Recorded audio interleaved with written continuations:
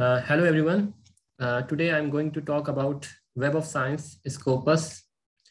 Web of Science and Scopus. I will be talking about scientific journal evaluation process, selection criteria, and indexing requirement. So few of the questions that may arise in everyone's mind is basically how scientific journals are indexed and what is the role of Web of Science, how Web of Science index any scientific journal, what are the evaluation criteria for Web of Science, how impact factor are issued by JCR, and what is the role of impact factor with indexing, and finally the role of Scopus and how we can differentiate between Web of Science and Scopus. So these are a few of the questions for everyone who wants to start research and who want to participate in scientific research. So understanding these terms and understanding these concepts will help us to better understand how scientific research are managed and how one can easily understand the scientific research. So we heard that and we see that there are thousands of articles published every day, and there are millions of researchers around the globe who publish annually their scientific inventions, their scientific research, and their ideas, inventions, innovations. So all these things are basically indexed. So index is the term that is heavily used by the scientific community. So Eugene Garfield is the founder of modern citation. He was born in 1925, and he was basically an American linguist. And when he was working in Johns Hopkins University, he was basically developing a search and catalog system for the National Library of Medicine in 1951. Then when he was developing this, after that, he was introduced with Schaeffer's citation in 1953, which basically is a citation database of United States legal research. So when he was looking at that, he thought that why don't we have the similar system for managing the scientific research as well? Because in United States legal research, whenever there is a case and there is an authority who is citing that particular case, statute, or any other legal authority, they made this this list or citation or citator. So the similar concept was adopted by Eugene Garfield, and he came up with this the concept of modern citation. So why citation is necessary? Why citation database is necessary? Basically, when a scientist conducts some research or invents something or came up with a new idea or new theory or something new discovery, they publish scientific research articles. And how one can understand that this scientific research or invention or discovery has been accepted by the scientific community? One of the best way is to get feedback from the peers, from the similar scientific researchers around the globe. And for that, we have this this citation database, which basically keep tracks of all the scientific research articles and who are the similar researchers who are building their own research based upon that research that has been there. So citation is basically referring those papers, those inventions by the similar scientists. And this citation basically is considered as authentic. The reason for its authenticity is that it is not being cited by newspaper articles or magazines or any social media site. These are credible by the credible in the scientific community. Moreover, these as the time passes, these citation databases were heavily accepted in the scientific community, and now they are used for the evaluation and promotion of researchers and scientists. They are also used to rank different universities and institutes around the globe. Even the governments, they use these citation database to understand how the research is going on in their own country and how to make a plan, long-term plan for the research and development of a particular country. And moreover, when we talk about university rankings, these citation database also play their role. For example, Elsevier's Scopus database represented 36% of evaluation criteria for world university rankings in 2019. So these citation databases play an important role. Now, just to give you a brief introduction about Clarivat. Clarivat, basically, it was first owned by Thomson Reuters, and it is now a publicly traded company. It is registered in New York Stock Exchange, and it manages and regulate in a sense that it's a publisher neutral company, and it manages different platforms. The first one is Web of Science. Web of Science is basically organize the world's research information to enable academia, corporations, publishers, and governments to accelerate the pace of research. They also have Publons. Publons basically trace and verify peer review and editorial contributions. They also manage Scholar One. Whenever a researcher tries to submit a scientific journal, there's a online portal and where we have this whole submission process and peer review process. Editorial office manages all these things. So all these websites are managed by Scholar One. So they provide this facility to more than 7,000 sites. Then they also manages a journal citation report, JCR, which is basically impact factor. So Clarivat is the only one which issues the impact factor, and this impact factor is recognized and accepted around the globe. And they also have this essential science indicator, ESI. This ESI is generally used by emerging economies and developed countries as well, and it reveals emerging science trends. And by using this ESI, governments make their policies on which area of research they need more focus. Moreover, they also release annually the list of highly cited researchers and the citation laureates who are likely to win Nobel Prize. So these are few of the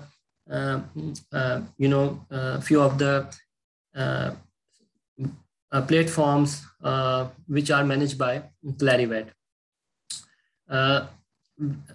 Few more detail about these platforms. So the first one is JCR, Journal Citation Report. So JCR 2021 JCR has already been released, and there are more than 20,000 journals that are there in JCR. So JCR provides you with the transparent publisher neutral data and statistics.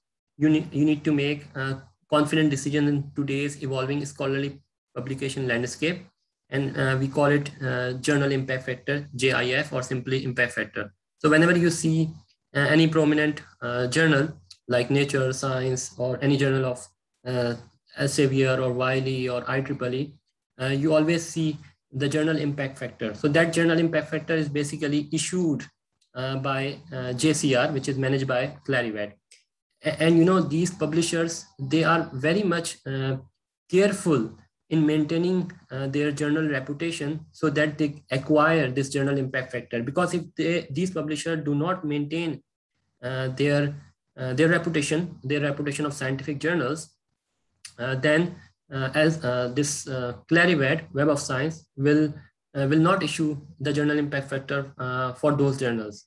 And journals and publishers, they basically promote their journal by mentioning that our journal is very reputed and it publishes top-notch, top-class research. And you can see here we have this impact factor, Journal Impact Factor. So this is again issued by Clarivat Web of Science. And the purpose of this JCR is to identify the world's leading journals in science and social sciences.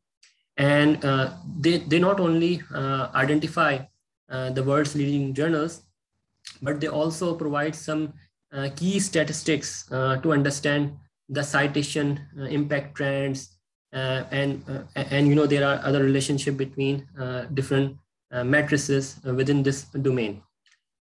Moreover, this Web of Science monitors and excludes journals that demonstrate predatory behavior. Journals in journal citation reports are subject to additional analysis to detect abnormal citation activity.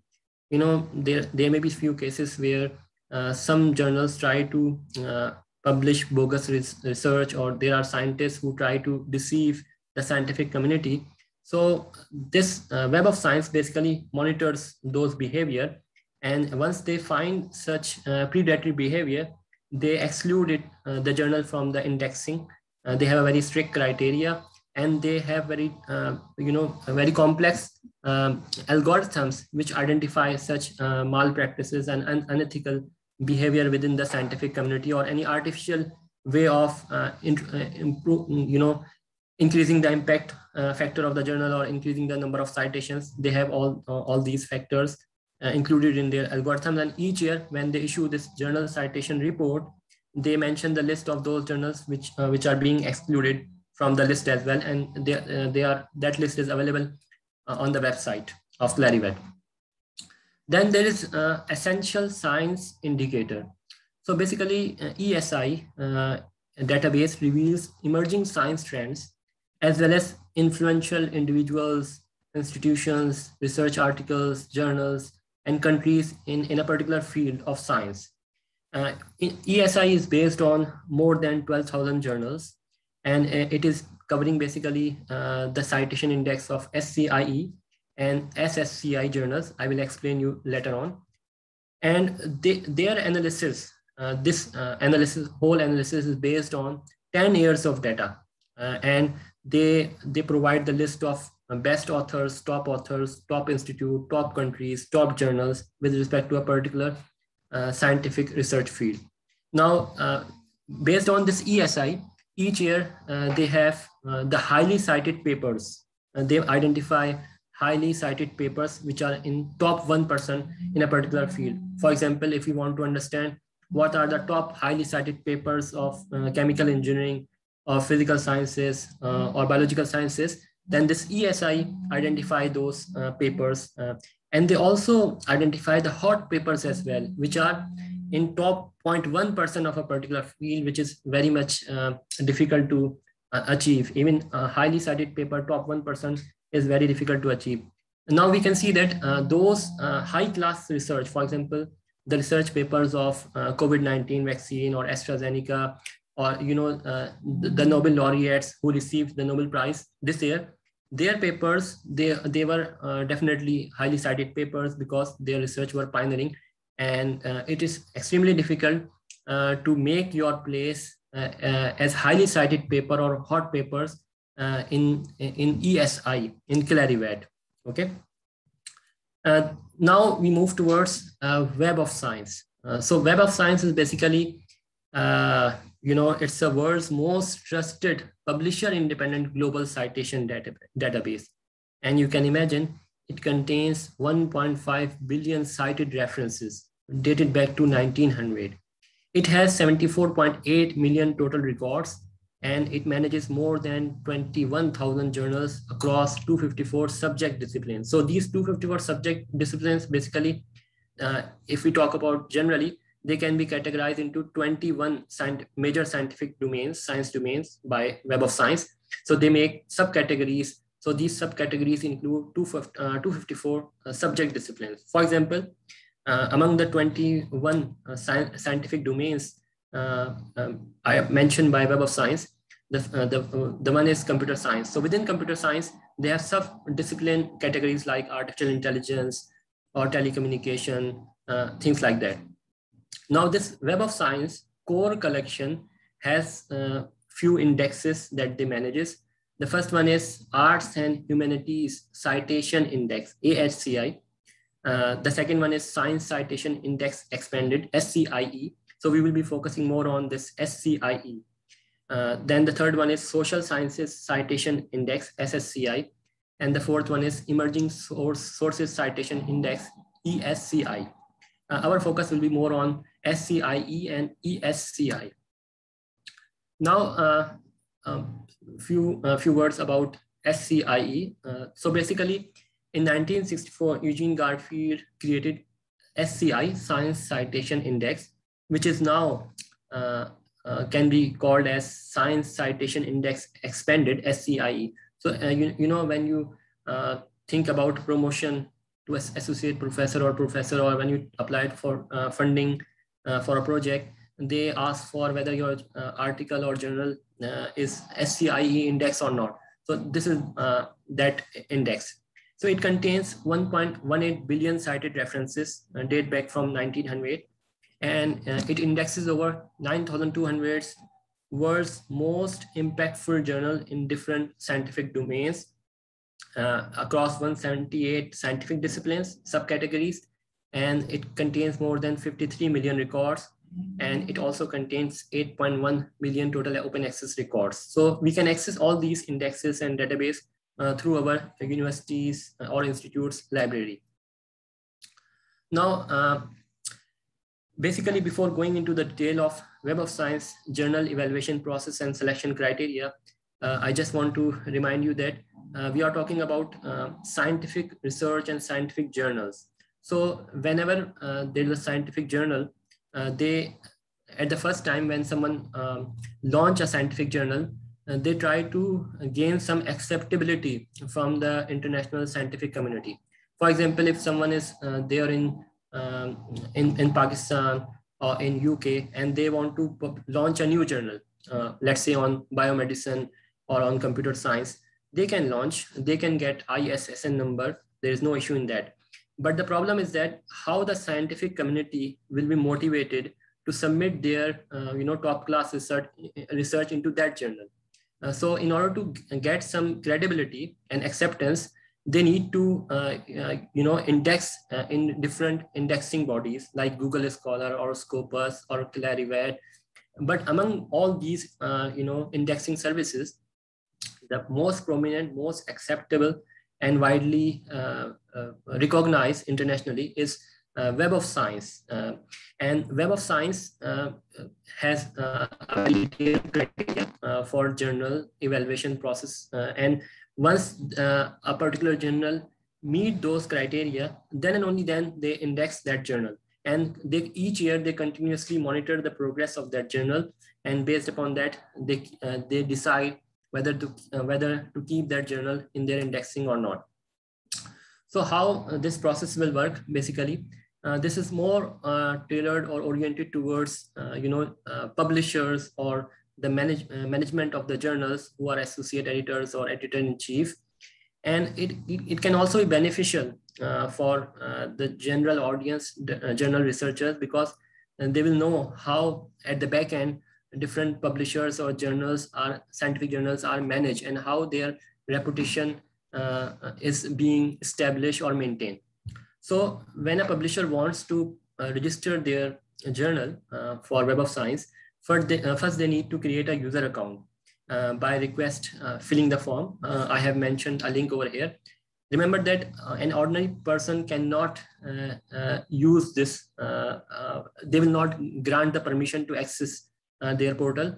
Only the journal responsible persons like editor-in-chief or any representative from the publisher will be getting access will be authorized to Web of Science evaluation thing. Once you get this authorization, now you will provide some details about your journal, about the peer review process, about the editorial board, and how your journal manages the scientific research. The Web of Science basically using their 28 criteria, set of criteria to evaluate the journal. And among those 28 criteria, there are 24 quality criteria designed to select for the editorial rigor and best practices at the journal level. And there are 4 impact criteria designed to select the most influential journals in their respective fields using citation activity as the primary indicator of impact. And based upon the quality criteria, if a journal passes these 24 quality criteria, they put that journal into Emerging Sources Citation Index, ESCI. And if the journal further passes the impact criteria, that is 4 more criteria, then they move that journal to ESCI to SCIE or SSCI or ASCI. Okay, so these are 28 detailed criteria that they use. Now, basically, once the journal get indexed in SCIE or SSCI or ASCI, they need to maintain their reputation and their criteria. If they do not meet, then they again move back that journal to ESCI, and each year this process goes on so that the quality of the journal can be maintained. So every publisher, whether it's IEEE or Nature or Springer or Wiley or Cambridge, each year their editorial office or that publisher need to inform the Web of Science, and they need to give access to critical information to Web of Science, that how many papers were published, how their review process were maintained. Even they need to provide their username and passwords to Web of Science, so that they themselves log into their system and see how they manage the publication process, how they accept the papers, what is the quality of the review, if there is any abnormal activity within the editorial process or not. All these activities are being monitored by the Web of Science, and then they decide about the future of that particular journal. So if there are some significant concerns raised about the quality of the content published by the journal, so they halt the indexing process, and new content will not be indexed during the course of the re-evaluation. If during the re-evaluation, if the Web of Science is satisfied, they can continue the indexing. Otherwise, they remove that journal from the indexing list. Now, this figure, so all this data that I'm showing, I have taken it from the Clarivate Web of Science and Scopus website. This is not my own data. All this data belongs to Web of Science Clarivate. So here in this diagram, as you can see, this is the Web of Science core collection. So first, when a journal launch, they perform the evaluation criteria. So first, that journal, if it meets the quality criteria, they put it in ESCI. And if it further gain the impact, then they put that journal into ASCI or SSCI or SCIE. If that journal keeps maintaining that impact criteria as well, it will keep in the SCIE or SSCI or ASCI list index. Otherwise, if it loses the impact, it will be in the ESCI category, going back again. And if in some cases, if it loses the quality, then it will not be no more index in ESCI as well. So this is the process that is maintained by the Web of Science. Now, as I mentioned, Web of Science manages these 4 indexes: SCIE, SSCI, ASCI, and ESCI. So for any journal, first they put it in ESCI, and if it meets the impact criteria, then it moves to SCIE. Since we are talking about sciences, so I'm focusing on SCIE. They also, maintain book citation index as well, and conference proceeding citations as well. But I'm not focusing on these two today. Now, there's a relationship between Web of Science core collection and journal citation report. Basically, once the journal is accepted in SCIE, SSCI, ASCI, or ESCI, then the JCR will be issued and updated annually. And this JCR uses the data of these indexes to issue the impact factor. So first, the journal has to be indexed in ESCI. And once it is indexed in ESCI, then if it has an impact, then they move it to SCIE or SSCI or ASCI. And then each year, their impact factor is issued. And if the journal misbehave or there is a predatory behavior, then they take back the journal impact factor. And for a publisher, it is a matter of life and death if their journal is not being indexed or their indexing is being taken away from them. So they are very much at the editorial side. There are very strict requirements. There are very check and balances. Every publisher is very much curious about their reputation. let me just give you an example.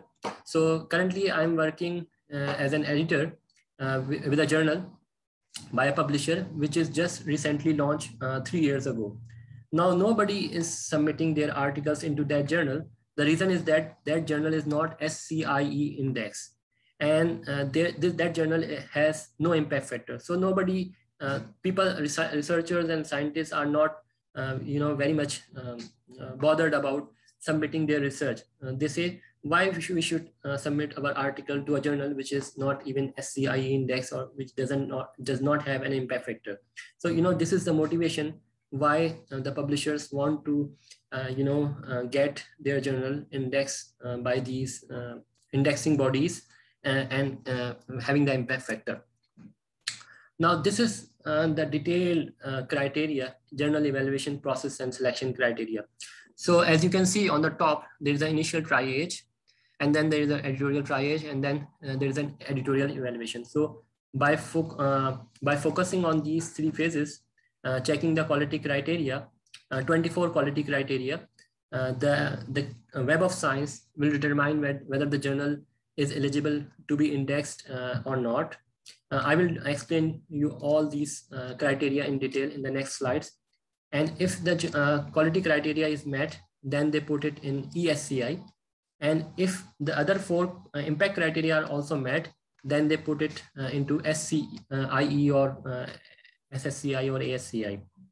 So these are the normal steps that that Web of Science normally takes. Now let's talk about these individual criteria. So the initial triage, the purpose of this triage step is to ensure about the identification of the journal, and there is no embargo period for resubmission if a journal does not pass initial triage.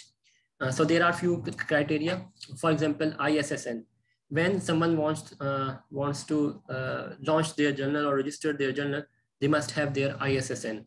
And if the journal is in print or electronic, they should have that ISSN number, and that ISSN number should be clearly visible on the journal's website or portal, so that the users or researchers or scientists must be aware of them.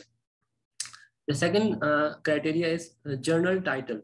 The journal must have a distinct title that is aligned with the registered ISSN, and the journal's stated scope, published content, and the community demographic, editorial board, and authors. And this title should be clearly visible in the print version, in the electronic version. And they also look at the content. If the journal title is, let's say, on biological sciences, and they are publishing about any irrelevant content, then they will they raise a flag, and they will investigate why such thing is happening. So journals have to be very much careful when they write their journal's scope and when they register themselves and mention their title as well. They also look at the journal publisher. The publisher of the journal should be clearly mentioned. There are a lot of predatory journals around the globe. They are there just to, they are rackets, they are cartels which are on the name of scientific publications. They earn a lot of money. So in order to avoid that, they say that you have to provide a clearly defined and a verifiable physical address, not just PO box. And they also look at the very carefully these things as well, so that they do not index any predatory journals. They also look at the journal URL. Online and print editors information should be available on the journal's website as well. The access to the content should be available by the Web of Science editorial team. They should see all the necessary permissions to view the content.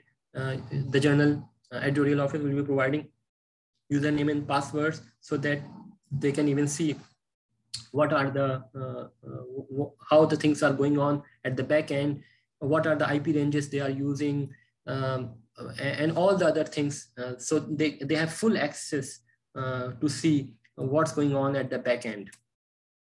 Similarly, the peer review policy should be readily accessible, clear statement on its commitment to peer review, and all this information should be make available on the website, and the journal should follow that peer review policy as well, and they have to prove it with proofs that they are following that things. And then the contact details of the primary editorial and production roles must be provided so that they can directly contact those things. So these are the few initial checks before they further proceed, and they are important in a sense that in this world we have several predatory journals that, on the name of scientific research, they try to deceive young researchers who are not aware of all these scientific details. So once they get all these basic information, and if a journal passes all these criteria, then the editorial triage starts. And here they try to review the journal, determine whether a full editorial evaluation is required or not. If in the previous step something is missing, for example, if the ISS is not there, or if the peer review process is not visible, then they ask the journal to resubmit their evaluation request. And now let's say if the journal passes the initial triage, then they go for editorial triage, in which they look at the scholarly content available published by the journal, and it should be appropriate to a graduate, postdoctoral, or a professional research audience. Scientific journals, if a journal is not intended for scientific research, they will not consider it as a scholarly content. That is obvious.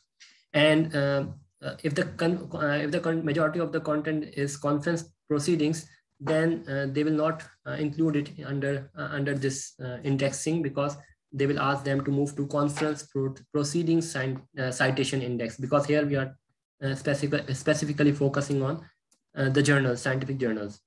They also look at the article titles, article abstract. They see whether they are accurate, their English standard is good or not, and they have all the articles have abstract. They don't have any issues as well. They also look at the bibliographic information.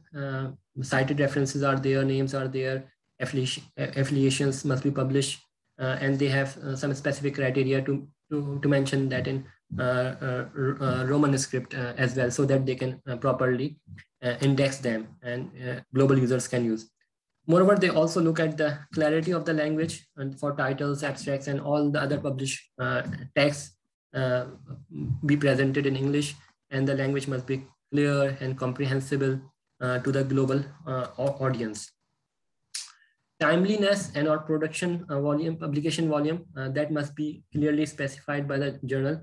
They need to mention that how many issues or how many volumes they will be issued each year, and what will be their timeliness. The volume of scholarly articles published annually is expected to be within the range. If they are mentioning that they will be publishing 100 articles per year, then they should follow that. They have to identify initially, and they should follow that. Their website functionality should be accurate. Journal format information like editorial board, instruction to authors, peer review process, access model, whether it's open access or subscription based, all this information should be available online.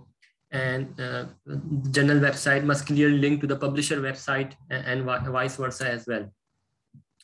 The ethics statement like COPE or Declaration of Helsinki or WAME, all these third-party ethics statement should be clearly presented on the journal website, so that the researchers know. Then they also look at the editorial board members. The editorial board members must be identifiable and available for contacts, their names and institutional affiliations, including their country, region, and all the information about the editor-in-chief, editorial board members, associate editors, regional editors, area editors, and their ORC ID or researcher ID, and links to their institutional profiles must be provided, because there has been cases where there are journals, predatory journals, where they just put randomly the name of the scientists and researchers, and those scientists and researchers are unaware that they are member of that journal, and those journals make money on their name. So they cross-check all the journals by contacting or looking at the persistent digital identifiers and contacting these members to check the credibility of the journal. They also look at author affiliation details. So all the scholarly work which will be published must be accurately identified, names and institutional affiliations.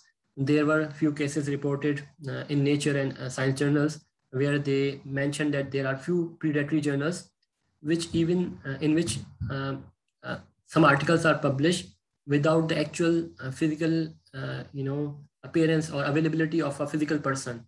With a dummy name, they publish articles. So a lot of investigative studies are published in Nature on this topic. So they look at author affiliation details as well. So once they look at all these criteria, then they look at editorial evaluation, the quality. So in this step, the Web of Science editors are checking for alignment between the journal's title, stated scope, and the composition of its editorial board and authorship and its published content. And they look for evidence of editorial rigor and adherence to the community standards. They look at all these detail in a very precise manner. And if a journal does not pass this step, resubmission is subject to an embargo period. Means if a journal fails to meet this criteria, they cannot submit again the request. They have to wait for at least 2 more years so that they can start. So they look at the editorial board composition. They see what are the editorial board member affiliations, their geographic diversity, and the publication record must be consistent with the stated scope and published content of the journal. Okay. Now, sometimes we heard that, okay, now let's, why not in Pakistan, we have a scientific journal. Yeah, of course, we can have a scientific journal in Pakistan, but the problem is that that journal has to meet these 28 criteria so that they can be indexed in Web of Science. If the editorial board is not international, only composed of only researchers from Pakistan, then they will fail the criteria of international editorial board or diversity in the editorial board. And if the content is not of high quality, then how can Web of Science register that journal? So now you may have heard about HEC, Higher Education Commission, ranking of journals. So why HEC came up with that ranking? The issue is that there are international rankings, there are international indexing available, like Web of Science, like Scopus. So Scopus is not comparable with Web of Science. So I can say that Web of Science is the most credible. So once Web of Science ranking indexing is available and it is being accepted by the international community, US, Canada, Europe, Australia, China, everywhere. Why HEC came up with the new ranking? They came up with the new ranking of their own ranking of the journal system because they want to include those journals which are not being indexed or accepted by the Web of Science. So in order to facilitate those journals, they came up with their own ranking. And what they did is that they just take the Web of Science ranking, and they also take the Scopus ranking or the indexing of the journals, combine both of them, and also combine the third category of the journals, which are the Pakistani journals, to facilitate Pakistani researchers to acquire PhD degree, and then they launched their new Higher Education Commission journal ranking system, which in my opinion is not a good idea, because we already have internationally accepted indexing bodies. Why shouldn't we go for that? If we want to increase the level of scientific research and the quality of the scientific research in Pakistan, we have to look seriously how the developed countries are adopting these indexing schemes, and how the developed world is using those things. So we have to adopt the same criteria. Anyways, so they also look at the validity of the statements. They see the published content should demonstrate adherence to the policies declared by the journal, and they will if they found something suspicious, they can undertake investigations of questionable content or false claim in the scientific community as well. So they also look at that. For example, if there is a article published by a journal related with COVID-19 vaccine, and if they are making some false claim, definitely the Web of Science will look at how they are making false claim, because those claims that are there in the scientific journal, scientific articles published by the journal, will have a direct impact on the society, on the public. So they look at the validity of the statements as well. They also look at the peer review process as well. It should show the effective peer review and editorial insight. And if there is a sign of deficient peer review, then they take serious action. They also look at the presence of articles outside the scope of the journal or irrelevant citations. Even they see if let's say there are two editor-in-chief who are friends or colleagues, and they want to ask each of them to cite their articles, then they try to investigate such patterns, and then they issue warnings and remove those journals from the indexing categories. They also look at the content relevance as well, and they also look at if the grant support details acknowledgement are well provided as well. They also look at the adherence to the community standards. For example, there are best practices mentioned by core practices, which are very important for the integrity of the peer review process. So they see if all those standards, community standards, are being followed by the journal or not. For example, if there is an article published by a journal in which a picture has been taken from any other journal, so what were the policies by that journal, whether that journal has retracted that paper or not, whether they have contacted the authors and asked justification why you did that. So there's a whole process, and on the COPE website, all these details are provided in very much detail. And majority of the publishers follow those rules and standards about the peer review process and editorial process. They also look at the author distribution as well. Sometimes it may be possible that a journal launched by a particular community or particular person from a country, they try to accept papers from a particular country or particular region. They look at if there's any abnormal activity or not. When we sit in the editorial board meetings, we see that the editor-in-chief shows how many articles yearly submitted to this particular journal, how many articles from a particular continent, how many articles submitted from a particular country, and how many articles were accepted from a particular country. And then based upon that, they are responsible to justify why papers from a particular country is more accepted than a particular country, and they have to respond them not only to the higher authorities within the publisher, but also to the Web of Science as well. So all these things they look at broadly, globally. They also look at the appropriate citations to the literature. It should not be biased. If there's a citation expected, then it should be expected. Some journals try to enforce the authors to cite their articles. So they look at all these things. If there's something abnormal, then they take actions. Now, then there's the impact. So these were 24 criteria. Now I'm focusing on the last 4 criteria on impact very quickly. So if a journal passes this 4 impact criteria, they will put it into the SciE index. So they look at the comparative citation analysis. Okay, they see what are the most impactful journals in their discipline, and they perform a comparative analysis on both the numbers and the sources of citations of the journal. Which journals are citing that journal, and this journal is citing what. So they have a very detailed map, and they can identify what's going on there at the back end. If people are forging the data, and some lobbying is there. They also look at the author citation analysis. Most authors should have a discernible publication history in the Web of Science. So author's citation network should be appropriate to the category and to the journals of comparable scope. So if there's very suspicious activity by a particular author who try to deceive the scientific community by artificially increasing the number of citations, they can easily identify it. And if such a case is identified, they will never issue, their indexing. And also, if you look at different awards managed by the Clarivet, for example, highly cited researcher or any highly cited paper or any other awards, they will exclude that person or that researcher or scientist from that category if there is a suspicious activity investigated and found.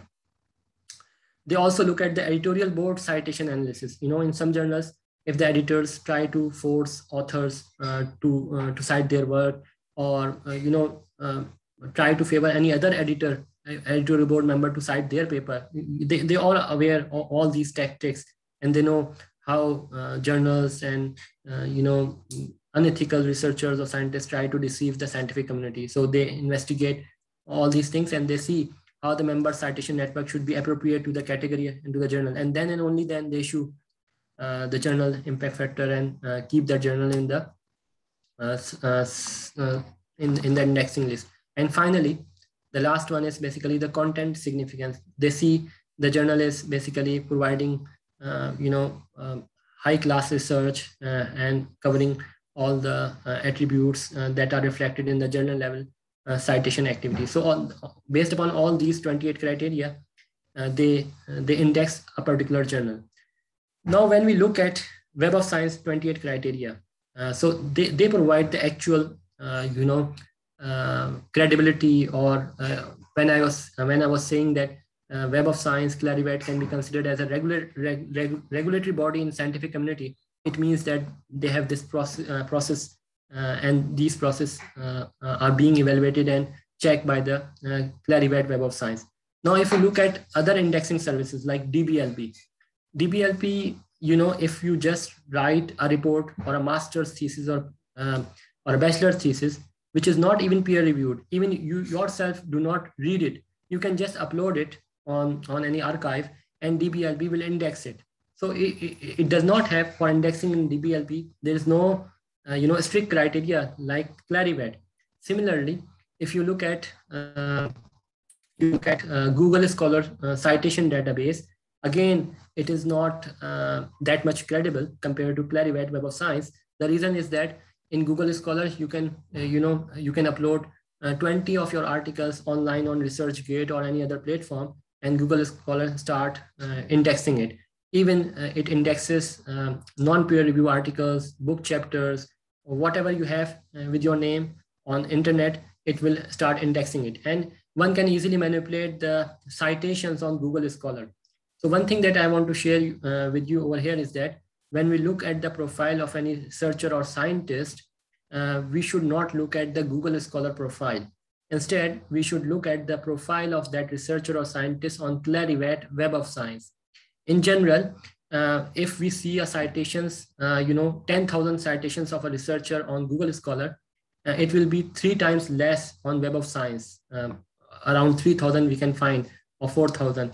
So the actual profile of a researcher or scientist should be seen and considered on the Clarivet Web of Science. Now, the problem is that Clarivet Web of Science, not every institute or everyone can have access to that data. So one way is to look at the Publons profile of that particular researcher. And when you see the Publons profile of that researcher and the Google Scholar profile, you will see a huge difference between that. So when Clarivet make decisions on Journal Impact Factor or any other awards, they look at the Clarivet's Web of Science data. Similarly, when countries make their decision, when funding bodies issue and release the funding, they look at the data provided by Clarivet Web of Science. Their data is not relying on Google Scholar or DBLP or any other non-comparable indexing bodies. So this is, we need to understand. The problem is that the new researchers who are not aware of these things in detail, they try to look at the Google Scholar profile and then they start to make their mind that this researcher has a good reputation. So we should not judge the reputation of the researcher or scientist based upon a Google Scholar database alone. It is a good indicator, but one should follow and look at the Web of Science profile of that researcher. Now, just finalizing my talk over here. Before that, I want to discuss about Scopus. So Scopus is another indexing database which is managed by Elsevier. So Elsevier, you cannot compare Elsevier's Scopus indexing database with Clarivate Web of Science. The reason is that Clarivate is managing the database of all the publishers, and Elsevier is basically a publisher itself. Okay, although they are trying to capture all the data, but it's not a publisher neutral database, and there are issues as well in the Scopus database as well. But anyways, I just want to introduce with you about the Scopus database. So it has 75+ million records, and there are more than 24,000 active titles in Scopus. It also includes book series, open access articles.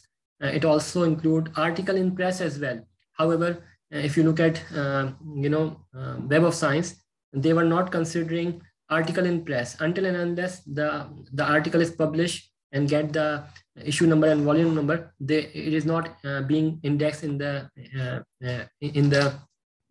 JCR or in a journal. So that is also make a difference.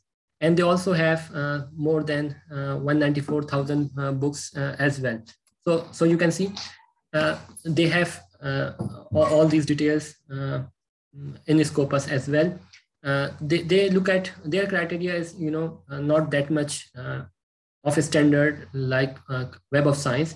They look at the journal policy, type of peer review, diversity in geographical distribution. They look at the content, journal standing, publication regularity, and online availability. But the evaluation process is not that much strict, and it is they are in progress, while Clarivate has already been matured and widely acceptable globally. When Scopus title evaluation process happens, they determine journal quality, and they look at whether the journal is underperforming or not. If there are concerns about the publication standards of the journal, the publisher have been raised by formal complaints. They also show the outlier behavior, and there's a board, CSAB, Content Selection and Advisory Board, which look at the continuous process of this evaluation. And they also provide few matrices as well as part of their citation database, like self-citation rate, like how the journal is producing self-citations compared to the peer journal in its subject field. If a journal is too much self-citing their own articles, then they highlight it. They also look at the total citation rate and cite scores as well. But just to summarize, we should not compare Scopus with Web of Science. Being a researcher, scientist, serious scientist, we should consult Scopus we should consult Clarivate Web of Science, and we should base all our research and assessment based upon Clarivate Web of Science indexing database. I'm not saying that we should not consult Scopus or Google Scholar or DBLP or any other indexing databases.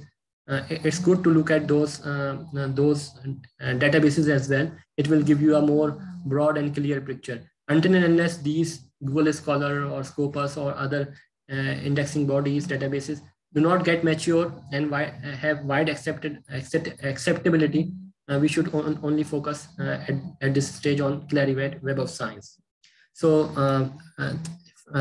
now I conclude my talk, and if you have any question, you can mention it in the comments, or you can directly reach to Pak SciComm or myself as well. Thank you very much, Pak SciComm, for giving me the opportunity to present this talk today. Thanks.